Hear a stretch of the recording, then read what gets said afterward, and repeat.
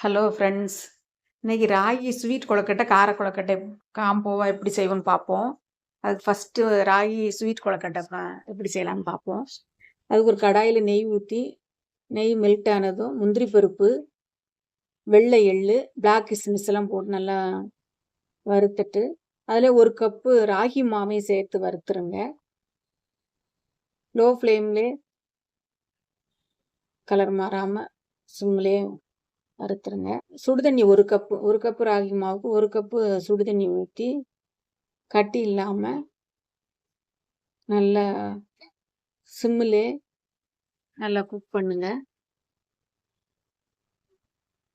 அப்புறம் துருவின தேங்காய், சுக்கு பொடி, ஜிஞ்சர் பவுடரு, சுக்கு பொடி, ஏலக்காய் பவுடர், வெல்லம், கொஞ்சம் சால்ட்டு எல்லாம் சேர்த்து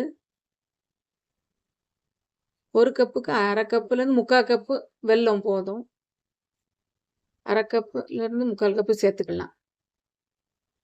நல்லா அதையும் கலந்துட்டு நல்லா திக்காக வர நல்லா குக் பண்ணுங்க. ஆறின பிறகு இந்த கொழுக்கட்டை பிடி கொழுக்கட்டை மாதிரி ஷேப் பண்ணி பிடிச்சிக்கோங்க. அது இட்லி பானையில் தண்ணி ஊற்றி கொதித்த பிறகு இட்லி தட்டில் இந்த கொழுக்கட்டையெல்லாம் வச்சு 10 நிமிஷம் ஸ்டீம் பண்ணி எடுங்க.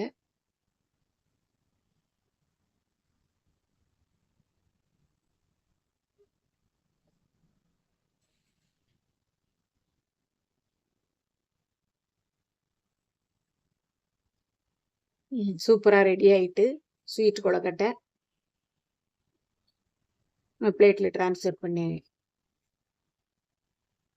செம்ம டேஸ்ட்டாக இருக்கும். ட்ரை பண்ணி பாருங்கள்.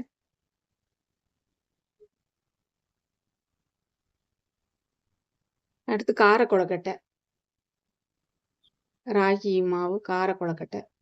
ஒரு ஸ்டவ் ஆன் பண்ணிவிட்டு கடாயை வச்சுட்டு நெய் ஊற்றி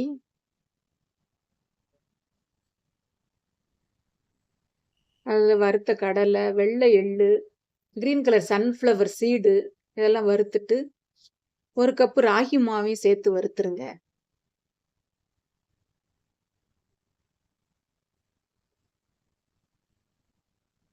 லோ ஃப்ளேம்லே வறுத்து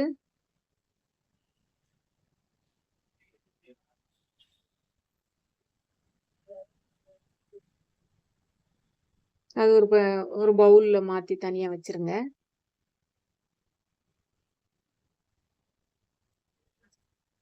ஒரு கடாயில் எண்ணெய் ஊற்றி கடுகு உளுந்தம்பருப்பு, கடலைப்பருப்பு எக்ஸ்ட்ரா கொஞ்சம் நிறையா போடுங்க. பொடியாக கட் பண்ண காஞ்ச மிளகாய், கருவேப்பிலை, பச்சை மிளகாய் எல்லாம் வதக்கி பொடியாக கட் பண்ண வெங்காயம், துருவிய இஞ்சி எல்லாம் சேர்த்து வதக்கிக்கோங்க.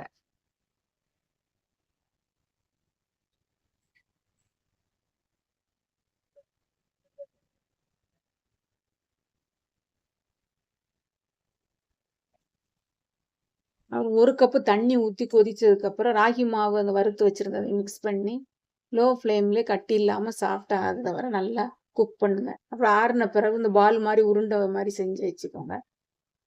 அப்புறம் இட்லி பானையில் தண்ணி ஊற்றி இட்லி தட்டில் இந்த உருண்டை கொழுக்கட்டை, கார கொழுக்கட்டை இதெல்லாம் ஷேப் பண்ணி வச்சுருந்தோம்ல அதெல்லாம் அதில் 10 நிமிஷம் ஸ்டீம் பண்ணி எடுங்க.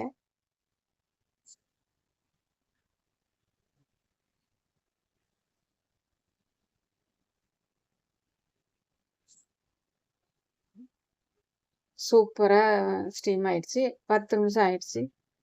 சாஃப்டாக டேஸ்டியான கார கொழுக்கட்டை ரெடி. ஸ்வீட் அண்ட் கார கொழுக்கட்டை ட்ரை பண்ணி பாருங்கள். தேங்க்யூ.